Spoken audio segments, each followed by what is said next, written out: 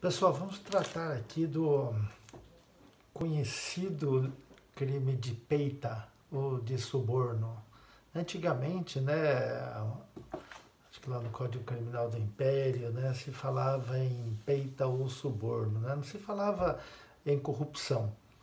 E aí se inseriu, né, no Código Penal o crime de corrupção passiva, ou seja, é aquela corrupção em que se visa o funcionário público, o corrupto e não o corruptor, né? Porque quando a gente vai falar também do corruptor, mas o corruptor entra lá na corrupção ativa. Aqui nós estamos tratando apenas da corrupção passiva.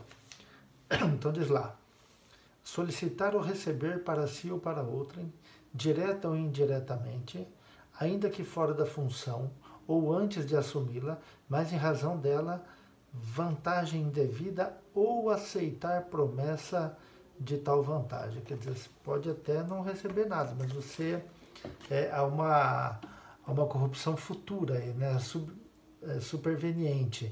Há uma antecedente, que é a primeira parte, né? Ou quando ele fala aceitar vantagem futura, né? A gente está tratando aí de uma corrupção superveniente. O verbo aqui, diferentemente da concussão, é solicitar. E vejam bem que o legislador não falou nada sobre praticar ou não ato de ofício. E aí fica um negócio meio complicado, é só o fato dele pedir alguma coisa já tipifica o crime de corrupção passiva? Em tese, sim. Embora a gente tenha decisões, né, e entendimentos que há necessidade de que esse funcionário, em razão da função que ele exerce ou virá a exercer, ele pode interferir em alguma situação, algum pedido daquele que cedeu ao seu pedido, à sua solicitação. Quando a gente fala em corrupção, né, a gente está falando em depravar, desmoralizar, em podridão, negociata, pacto escuso. Quando a gente fala em corrupção, a gente lembra de todas essas coisas aí. Embora a concussão também seja, na minha visão, a concussão é bem pior que a corrupção, porque na concussão há uma certa exigência. Aqui ele pede, né? Solicitar é pedir, requerer, né? Depois tem o verbo receber, né? Ele não pediu nada, mas ele recebeu um presente, ele aceitou, ele recebeu alguma coisa aí que uma outra pessoa está lhe oferecendo, né? Quando fala em aceitar promessa, é uma dádiva futura, né? Uma vantagem no futuro que ele vai receber, que pode ou não receber, mas naquele momento ele aceitou, né? Aqui a gente sempre tem aquela ideia de que se eu estou falando de corrupção passiva, se eu estou falando do corrupto é porque eu tenho o corruptor. Se eu tenho alguém que recebe, né, alguma coisa, é porque eu tenho alguém que está dando alguma coisa. E aí a gente chegaria àquela conclusão, ó, esse crime do artigo 317, ele exige bilateralidade. O que quer dizer isso? Eu exijo, né, que não só puna a corrupção passiva, mas também ativa. Não só puna o corrupto, mas também o corruptor. Na verdade, na modalidade solicitar, não há necessidade dessa bilateralidade. Não há necessidade que o corruptor seja punido também. Até porque, às vezes, você não identifica quem é o corruptor, e aí você absolve o corrupto tendo prova contra ele. Não tem cabimento isso, né? Então, não se exige essa bilateralidade. Já no verbo receber, essa bilateralidade existe. Porque alguém está dando, alguém está oferecendo e ele está recebendo. Então, neste caso, a gente tem a bilateralidade. No verbo solicitar, não, até porque ele pode solicitar e não receber.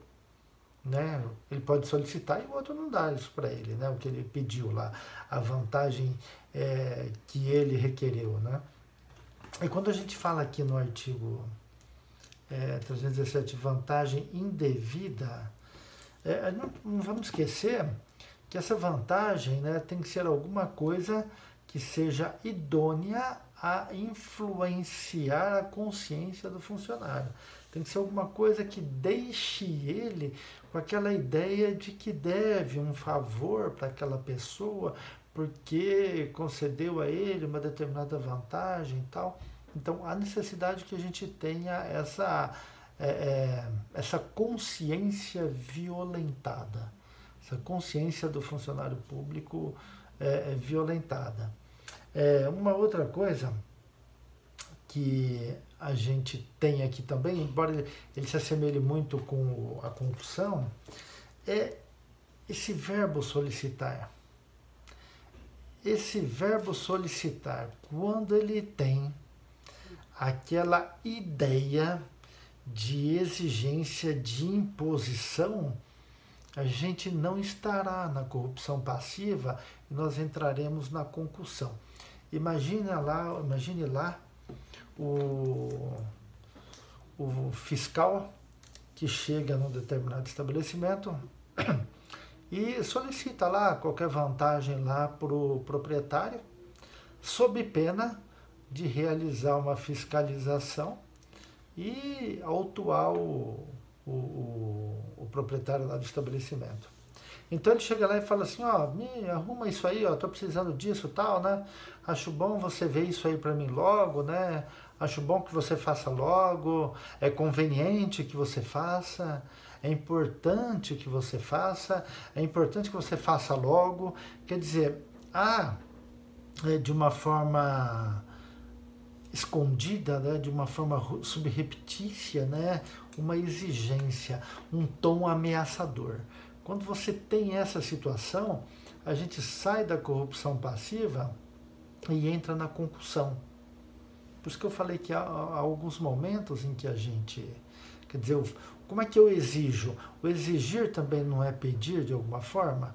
Mas eu exijo de uma forma mais impositiva. Mas eu posso exigir de uma forma bem delicada. Eu posso exigir de uma forma subreptícia. Eu posso exigir nas entrelinhas.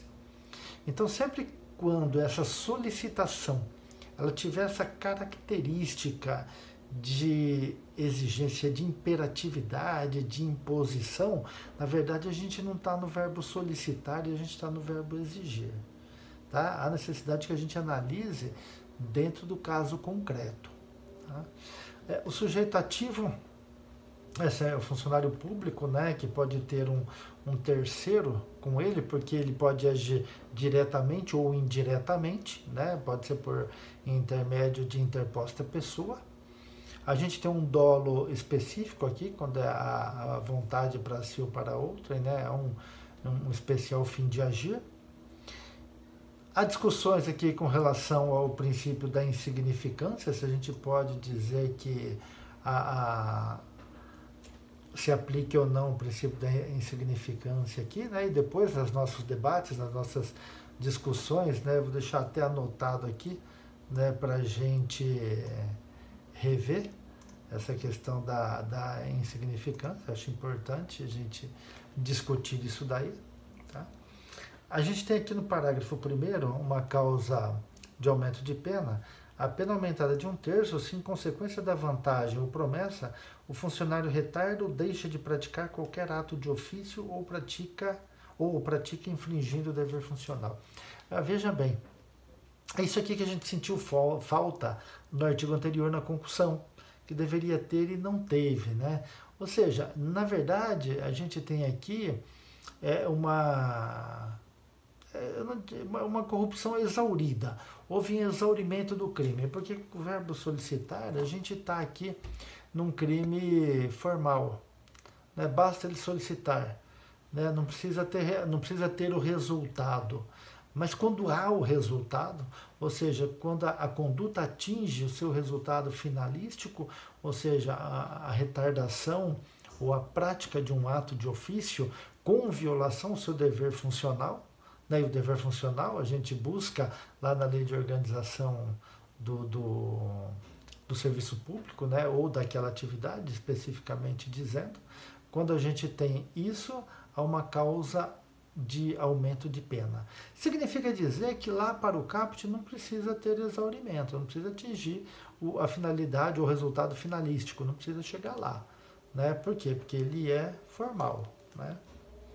O parágrafo 2º já é uma figura privilegiada. E veja que interessante. Se o funcionário pratica, deixa de praticar ou retarda ato de ofício com infração de dever funcional, ainda continua a questão do dever funcional, aquilo que ele é obrigado a fazer ou não fazer por ato de ofício, ou cedendo a pedido ou influência de outrem. Esse é um grande problema aqui, né? Bom, quando ele fala cedendo a um pedido, é uma solicitação, ou influência, né? É o prestígio, a inspiração de uma outra pessoa. Poxa, eu admiro aquele cara, ele vai fazer um pedido, eu não vou aceitar. Puxa, ele é um cara que eu espelho a minha vida, né? Ele me faz um pedido, eu não vou fazer. Isso é influência, né?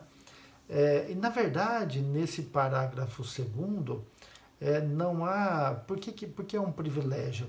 Porque, na verdade, o indivíduo ele não visa nenhuma vantagem. Ele só está em razão do pedido, da solicitação de alguém que ele gosta, de alguém que, sei lá, ele tem algum apreço, ou em razão da influência, né, do ídolo dele que pediu, tal, né? Então, ele pratica o crime porque ele quer agradar, ou, num termo muito mais forte, né, adular a outra pessoa que ele gosta ou que está numa situação de influência sobre ele, ou uma situação, né, acima dele, ou alguém até que ele tem uma certa consideração, embora a pessoa de repente nem esteja pensando nisso, né, mas ele pensa dessa forma. Então, como não há a vantagem, nem o interesse na vantagem, então se privilegiou nessa circunstância.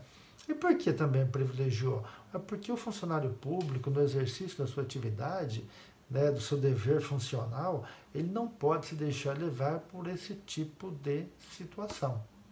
Né? Ele tem que ter aquela impessoalidade que a gente tem lá que a gente aprendeu lá no direito administrativo, no direito constitucional, né, lá dos princípios que norteiam a administração pública, né? Embora, né, a gente esteja vendo aí no dia a dia que isso não está muito na moda não, né?